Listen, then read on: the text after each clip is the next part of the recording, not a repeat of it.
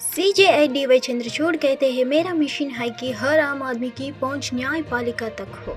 Technology के जरिए आम लोगों एक इंसाफ पहुंचाना मेरा मिशन है। मेरा मिशन जिला अदालतों को मजबूत करना है। सुप्रीम कोर्ट में बतौर सीजेआई डीवाई चंद्रचूड़ ने ऐसे कई फैसले दिए जो भारतीय न्यायपालिका के इतिहास में मील का पत्थर साबित हुए। सीजेआई हर आम आदमी की न्यायपालिका तक पहुंच को अपनी जिंदगी का सबसे बड़ा मिशन मानते हैं। एनडीटीवी के साथ खास इंटरव्यू में उन्होंने कहा, सर्वोच्च न्यायालय हमेशा भारत के नागरिकों के लिए मौजूद है, चाहे वह किसी भी धर्म, सामाजिक स्थिति, जाति, लिंग या सरकार के हो। देश की सर्वोच्च अदालत के लिए कोई भी मामला छोटा नहीं है। सुप्रीम कोर्ट के चीफ जस्टिस डीवाई चंद्रचूड़ ने जहां भारतीय न्यायपालिका में आए बदलाव पर विस्तार से बात की, वहीं उन्होंने अपने व्यक्तिगत जिंदगी से जुड़े कई सवालों के तसल्ली से जवाब भी दिए। सीजेआई ने कहा, मैं यह संदेश सभी को देना चाहता हूं कि हम आम नागरिकों के लिए हमेशा मौजूद है। चीफ जस्टिस ने कहा, कभी कभी मुझे आधी रात को ईमेल मिलते हैं। एक बार एक महिला थी, उसे मेडिकल अबॉर्शन की जरूरत थी। मेरे स्टाफ ने मुझसे संपर्क किया। हमने अगले दिन एक बेंच का गठन कर दिया। किसी का घर गिरा, किसी को बाहर किया गया तो हमने ऐसे मामलों में तुरंत सुनवाई की। किसी को सरेंडर करना है लेकिन वह बीमार है तो इस कंडीशन को हम सीरियसली के लेते हैं। सीजेआई डीवाई चंद्रचूड़ कहते हैं, मेरा मिशन है कि हर आम आदमी की पहुंच न्यायपालिका तक हो। टेक्नोलॉजी के जरिए आम लोगों तक इंसाफ पहुंचाना मेरा मिशन है। मेरा मिशन जिला अदालतों को मजबूत करना और जनता के बीच भरोसा के बढ़ाना है। गृह मंत्री अमित शाह ने कहा, भारतीय राजनीति में काले धन के प्रभुत्व को समाप्त करने के लिए चुनावी बॉन्ड पेश किए गए थे। उन्हें काले धन को खत्म करने के लिए गया था। अब यह योजना खत्म कर दी गई है और मुझे काले धन की वापसी का डर है। राहुल गांधी के चुनावी बॉन्ड को हफ्ता वसूली कहे जाने पर केंद्रीय गृह मंत्री अमित शाह ने पलटवार किया है। गृह मंत्री ने बुधवार को कहा कि राहुल गांधी को यह साफ करना होगा कि उन्हें हफ्ता वसूली कहे जाने वाले 1600 करोड़ रुपए कहां से मिले। बॉन्ड का हफ्ता वसूली बताने वाले राहुल गांधी को भी जवाब में 1600 करोड़ रुपए मिले। उन्हें स्पष्ट करना चाहिए कि उन्हें वह हफ्ता वसूली कहां से मिली। गृह मंत्री ने अपने एक्स अकाउंट पर पोस्ट किए गए एक वीडियो में कहा कि हम दावा करते हैं कि यह एक पारदर्शी दान है, लेकिन अगर वह इसे वसूली के रूप में लेबल करते हैं तो उन्हें इसका विवरण देना चाहिए। यह पूछे जाने पर कि क्या बसपा कुछ अन्य पार्टियों की तरह अपने दानदाताओं की सूची के बारे में बताएगी, जिस पर अमित शाह ने जवाब दिया, मैं आपको आश्वासन देता हूं, एक बार विवरण सामने आने के बाद इंडिया गठबंधन को जनता का सामना करना मुश्किल हो जाएगा। अमित शाह ने कहा, भारतीय राजनीति में काले धन के प्रभुत्व को समाप्त करने के लिए चुनावी बॉन्ड पेश किए गए थे। उन्हें काले धन को खत्म करने के लिए लाया गया था। अब यह योजना खत्म कर दी गई है और मुझे काले धन की वापसी का डर है। असम पुलिस की स्पेशल टास्क फोर्स को बुधवार को बड़ी सफलता मिली। आतंकी संगठन आईएसआईएस के इंडियन चीफ हरीश फारूकी को पुलिस ने दुबई से गिरफ्तार कर लिया है। हरीश फारूकी के साथ पुलिस ने उसके एक सहयोगी को भी गिरफ्तार किया है। गिरफ्तार सहयोगी का नाम रेहान बताया गया। एसटीएफ के सूत्रों के एनडीटीवी को बताया कि सुरक्षा एजेंसियों को जानकारी मिली थी कि आईएसआईएस के 2 सदस्य बांग्लादेश की सीमा से भारत में प्रवेश कर किसी बड़ी घटना को अंजाम दे सकते हैं। पुलिस महानिरीक्षक पार्थसारथी महंत के नेतृत्व में एसटीएफ की एक टीम मंगलवार शाम को ही दोनों के गिरफ्तार करने के लिए निकली थी। टीम को विश्वसनीय जानकारी मिली थी। जानकारी के आधार पर भारत और बांग्लादेश के बीच अंतर्राष्ट्रीय सीमा के करीब के क्षेत्र में तलाश शुरू की गई है। टीम ने सीमा पार करने के बाद दुबई के धर्मशाला इलाके में सुबह आतंकवादियों को सफलतापूर्वक गिरफ्तार कर लिया है। पुलिस की तरफ से जारी बयान में कहा गया है कि गिरफ्तार आतंकी ने भारत के कई स्थानों पर आतंकी फंडिंग और आतंकी घटनाओं का अंजाम देने के लिए साजिशों की थी। वो भारत में आईएसआईएस के जाल को फैलाना चाहता था। पुलिस अधिकारी ने कहा कि उसके खिलाफ एनडीए, दिल्ली, एटीएस और लखनऊ सहित अन्य स्थानों पर कई मामले लंबित हैं। अमेरिका ने बुधवार को ईरान के बैलिस्टिक मिसाइल, परमाणु और रक्षा कार्यक्रमों का समर्थन करने वाले 3 खरीद नेटवर्क पर नए प्रतिबंध लगा दिया है। इस संबंध में ट्रेजरी विभाग ने एक बयान में यह जानकारी दी। इस बयान में कहा गया कि ईरान, तुर्की, ओमान और जर्मनी में स्थित खरीद नेटवर्क ने कार्बन फाइबर, एपॉक्सी रेजिन और अन्य मिसाइल सक्षम सामान की खरीद की थी। एक बयान में कहा, आज अमेरिकी ट्रेजरी विभाग OFAC ने ईरान, तुर्की, ओमान और जर्मनी स्थित 3 खरीदी नेटवर्क को निशाना बनाया। इस नेटवर्क के ईरान की बैलिस्टिक मिसाइल, परमाणु और रक्षा कार्यक्रमों को समर्थन मिलता है। सामूहिक विनाशक हथियारों WMD को बढ़ावा देने और उनके वितरण की रोकथाम के लिए यह कार्रवाई की गई है। आतंकवाद और वित्तीय खुफिया के लिए ट्रेजरी के अवर सचिव ब्रायन नेल्सन ने कहा कि इन नेटवर्कों ने ईरान के IRGC, ASF, SSJO के लिए कार्बन फाइबर, एपॉक्सी रेजिन और अन्य मिसाइल एप्लीकेबल सामान की खरीद की। जिन नेटवर्क पर प्रतिबंध लगाया गया है, उस नेटवर्क के माध्यम से ईरान दुनिया भर में गलत हाथों को हथियार की आपूर्ति करना चाहता है। इससे संघर्ष को बढ़ावा मिलेगा और अनगिनत लोगों की जानें खतरे में आ जाएंगे। यही कारण रहा कि ऐसे नेटवर्क पर अमेरिका ने प्रतिबंध लगाया है। महाराष्ट्र के हिंगोली में सुबह लगभग 6:08 पर भूकंप के तेज झटके महसूस किए गए। रिक्टर स्केल पर भूकंप की तीव्रता 4.5 मापी गई। इससे पहले अरुणाचल प्रदेश में 2 घंटे के भीतर भूकंप के 2 झटके महसूस किए गए। नेशनल सेंटर फॉर सिस्मोलॉजी के अनुसार गुरुवार तड़के अरुणाचल प्रदेश में 2 भूकंप आए।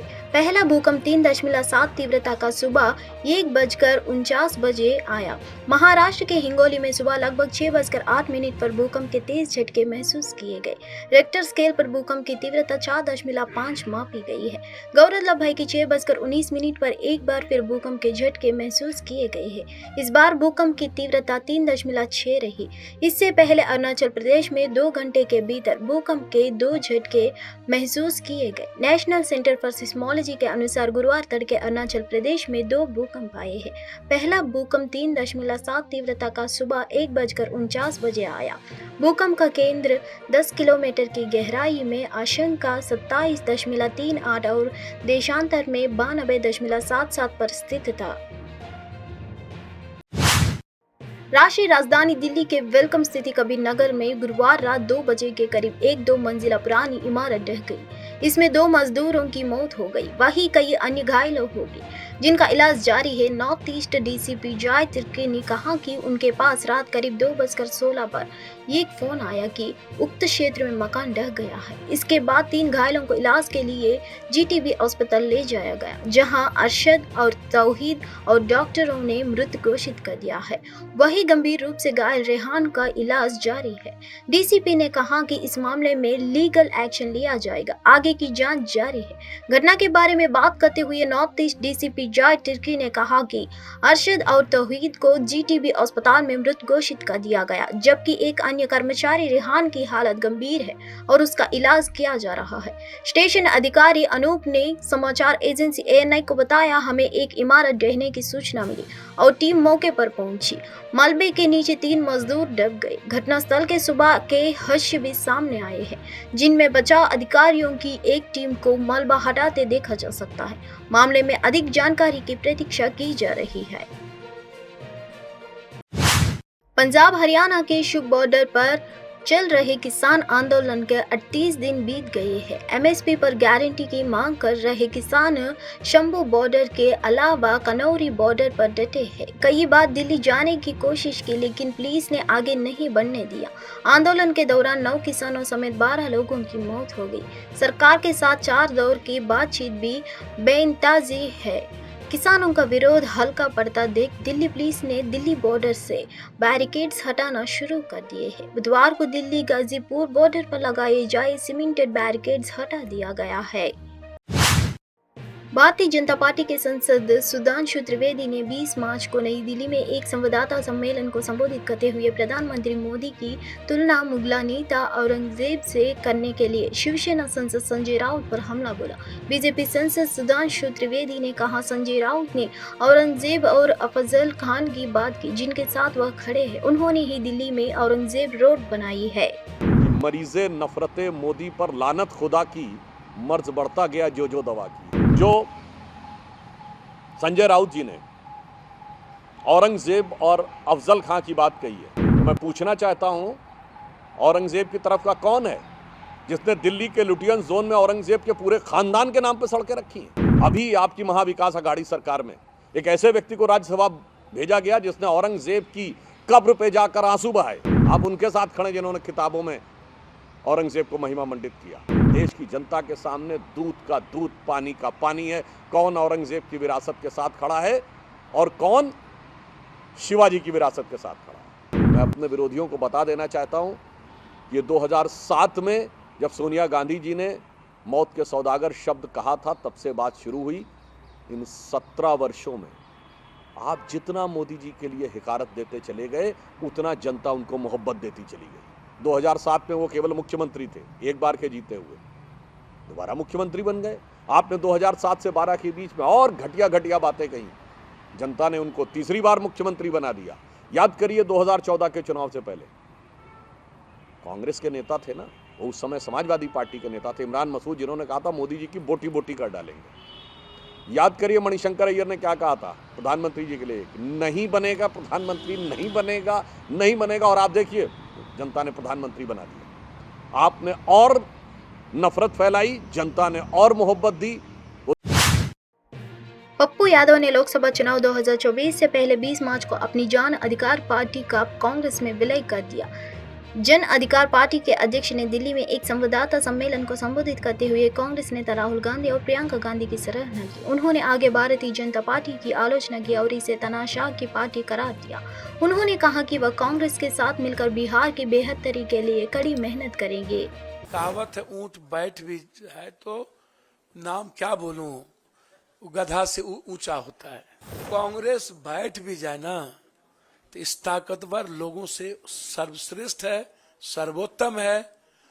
भले ही ईवीएम, पूंजीपति, मीडिया और सीबीआई ईडी के द्वारा कोई पीएम 400 पार कर ले, इस हिंदुस्तान के 130 करोड़ का किसी ने दिल जीता है तो वो राहुल गांधी है। मैं कांग्रेस के लिए बिहार में सशक्त मजबूती के साथ संघर्ष भी करूंगा और मजबूत पार्टी बनाने में हमेशा पूरी तन्मयता के साथ कांग्रेस के लिए काम करूंगा।